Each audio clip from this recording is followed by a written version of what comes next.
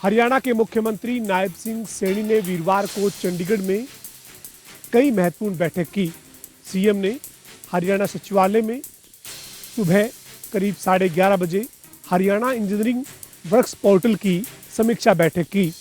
इस बैठक में मुख्यमंत्री ने अधिकारियों को निर्देश दिए कि हरियाणा के जो आईटीआई और इंजीनियरिंग पास युवा हैं उनको इस पोर्टल के साथ जोड़कर उन्हें कॉन्ट्रैक्टर के रूप में प्रशिक्षित किया जाए। सीएम ने कहा कि इससे युवाओं को एक अपना काम शुरू करने के लिए पूरी तरह से सक्षम हो सकेंगे।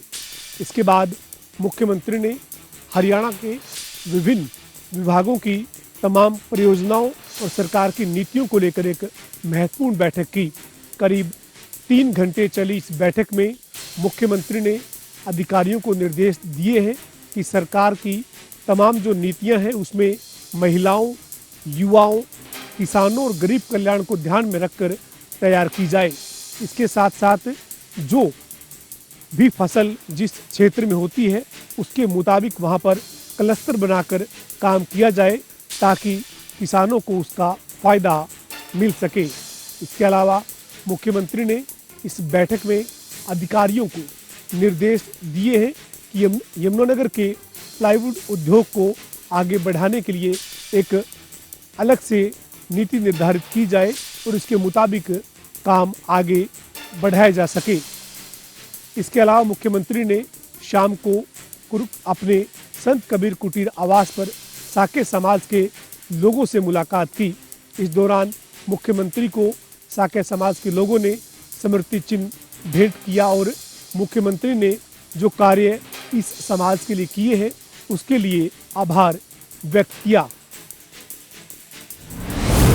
गुरुग्राम में फाजिलपुरिया फायरिंग मामले में गुरुग्राम पुलिस ने एक आरोपी को गिरफ्तार कर लिया है। बता दें कि ये आरोपी पिछले कई दिनों से फाजिलपुरिया की रेकी कर रहा था और वारदात वाले दिन भी फाजिलपुरिया की रेकी कर हमलावरों को जानकारी दी थी।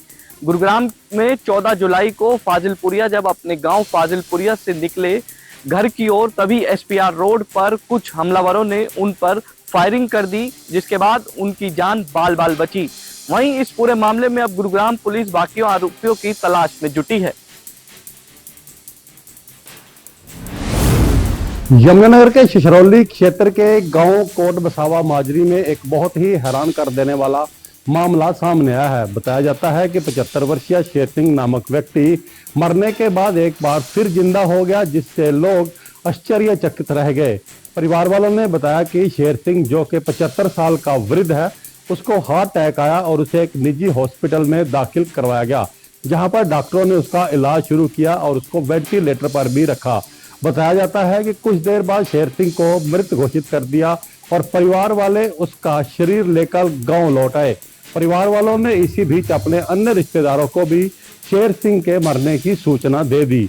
परिवार में सभी रो करला रहे थे कि कुछ लोगों द्वारा शमशान घाट में चिता के लिए लकड़ियां भी रख दी गई और शेर सिंह के लिए अर्थी भी सजा दी गई। जब अर्थी पर डालने से पहले शेर सिंह को नहलाया गया तो उसके नाक में लगी हुई वेंटिलेटर की पाइप को हटाया। जैसे ही उसकी पाइप को हटाया तो शेर सिंह उठकर बैठ गया, जिसको लेकर परिवार वाले जहां रो रहे थे उनके आंखों में खुशी के आंसू लौट आए। हालांकि परिवार वालों का कहना है कि शेर सिंह को एक बार फिर हॉस्पिटल में दाखिल करवाया गया है, जहां पर उसका इलाज चल रहा है। गांव वालों का कहना है कि यह एक चमत्कार ही है जो उन्होंने पहली बार देखा है कि मरने के बाद कोई व्यक्ति एक बार फिर से जिंदा हो गया। फरीदाबाद के बल्लभगढ़ क्षेत्र में बीते मंगलवार की शाम को एक दर्दनाक हादसा हो गया। इस हादसे में 12 वर्ष के बच्चे की जान चली गई। दरअसल आपको बता दें 12 वर्ष के बच्चे का नाम जो है वो कृष्णा बताया जा रहा है, जो कि बीते मंगलवार की शाम को स्कूल की छत के ऊपर जो है वो पतंग उड़ा रहा था। छत की जर्जर हालत होने के चलते कृष्णा छत से नीचे गिर गया, जिसके चलते वह पूरी तरीके से जो है वो बेहोश हो गया। आनंद फानन में उसे जो है वो जो परिजन है वो अस्पताल लेकर पहुंचे, जहां पर जो है वो कृष्णा को डॉक्टरों ने मृत घोषित कर दिया। सूचना के बाद मौके पर पहुंची पुलिस टीम ने शव का पोस्टमार्टम कराने के बाद परिजनों के हवाले कर दिया है और पुलिस की तरफ से जांच शुरू कर दी है। वही जानकारी के अनुसार पता चला है कृष्णा और उसका परिवार जो है वो प्राइमरी स्कूल में ही रहता था और कृष्णा प्राइमरी स्कूल में 4th क्लास का छात्र था। जो कृष्णा की माँ है वो मिड डे मील का खाना प्राइमरी स्कूल में बनाती थी और कृष्णा जो है मंगलवार की शाम को पतंग उड़ाने के लिए स्कूल की छत पर चला गया। छत की जर्जर हालत होने के चलते, टीन की छत थी और जिसके चलते जो है वो कृष्णा जो है वो नीचे गिर गया और जिसके चलते कृष्णा की मौत हो गई। फिलहाल पुलिस इस पूरे मामले में जांच कर रही है कि आखिर जो है वो किसकी लापरवाही है और क्या कुछ कारण है। फरीदाबाद से जनता टीवी के लिए मुकेश राजपूत। रांची के नजदीकी गांव गुलकनी के पास नहर में एक व्यक्ति का शव आज सुबह तैरता हुआ दिखा। ये शव सोनू नाम के व्यक्ति का है जो मिल्कपुर से अपनी बाइक पर सवार होकर अपने गांव गुलकनी के लिए शाम को निकला था। देर शाम तक ये घर नहीं लौटा तो परिवार ने अपने सतर पर इसकी छानबीन शुरू की। रिश्तेदारी में पता किया कि सोनू यहाँ पर आया है या नहीं।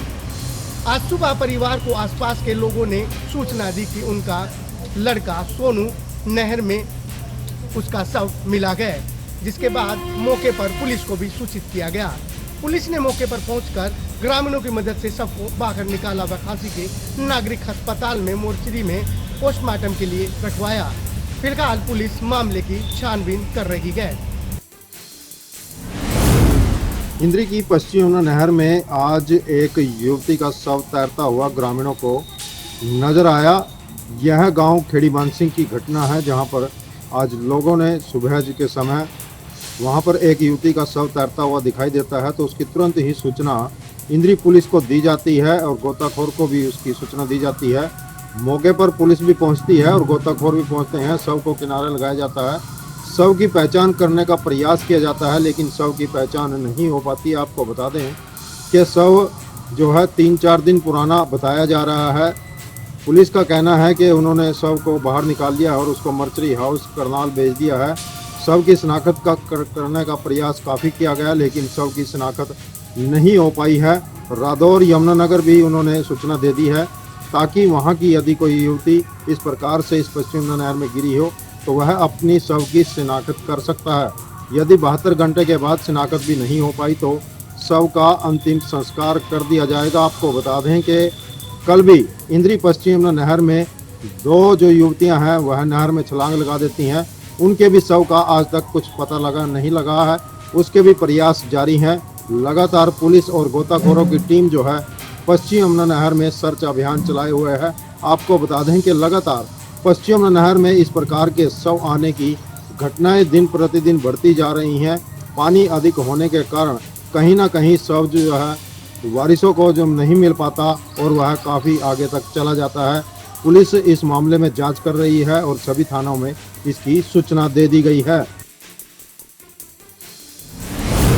रोहतक पुलिस ने रोहिंग्या बांग्लादेशियों के खिलाफ लगातार सर्च अभियान चलाया हुआ है और ईंट भट्टे व मजदूरी करने वालों से लगातार पूछताछ की जा रही है। इसी कड़ी में रोहतक के जेल रोड के पास झुग्गी झोपड़ियों में रहने वाले कुछ लोगों को पुलिस ने हिरासत में लिया और उनसे पूछताछ की। हालांकि पुलिस ने गाड़ी में बिठाकर उन्हें लेकर आई और उसके बाद उनसे पूछताछ की। गाड़ी में बिठाकर लेकर आने वाले लोगों में पुरुष, महिलाएं और बच्चे भी शामिल थे। लगभग उनकी संख्या 500 के करीबन थी, जिसके बाद उन्हें अलग अलग सुरक्षित जगह पर उनसे पूछताछ की गई तो पाया कि वह कबाड़ी का काम करते हैं और वह बांग्लादेशी व रोहिंग्या नहीं बल्कि असम के रहने वाले हैं और यहाँ पर प्रवासी मजदूर बनकर दिहाड़ी मजदूरी व कबाड़ी का काम करते हैं। इसीलिए पुलिस ने पूछताछ कर उनको छोड़ दिया। हालांकि पहले यह खबर मिली थी कि रोहिंग्या मुसलमानों को पुलिस ने गिरफ्तार किया है जो अवैध तरीके से रोहतक में रह रहे हैं, लेकिन पुलिस ने उसकी पुष्टि करते हुए पाया कि वह रोहिंग्या बांग्लादेशी नहीं बल्कि असम के ही रहने वाले हैं। चोरी की वारदातों पर अंकुश लगाने के लिए नक्सल पुलिस दिन रात प्रयासरत है। इसी कड़ी के चलते थोड़े ही दिन पहले नक्सल पुलिस को एक बड़ी कामयाबी मिली है।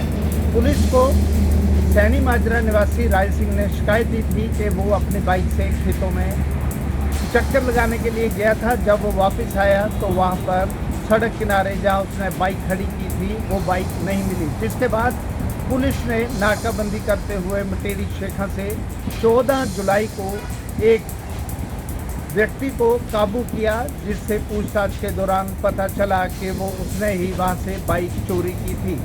पुलिस ने उसे कोर्ट में पेश किया और 2 दिन के पुलिस रिमांड पर लिया। पुलिस रिमांड के दौरान युवक ने बताया कि उसने आसपास के क्षेत्र से 5 मोटरसाइकिल चोरी किए हैं। आरोपी का नाम दीपू बताया गया, जो कि हरी माजरा का रहने वाला है और थाना धनौर उसका क्षेत्र पड़ता है। उसके बाद पुलिस ने उसके साथी को भी ढूंढने का प्रयास किया, लेकिन वो अभी तक फरार है, पुलिस की गिरफ्त से बाहर है। ज़्यादा जानकारी देते हुए SHO करमवीर सिंह ने बताया कि जैसे ही उन्हें शिकायत मिली थी, उन्होंने नाकाबंदी की, जिसके बाद दीपू नामक शख्स को गिरफ्तार किया गया, जिसके पास से 5 मोटरसाइकिलें बरामद की गई। DS गुलियानी, जनता TV, अम्बाला।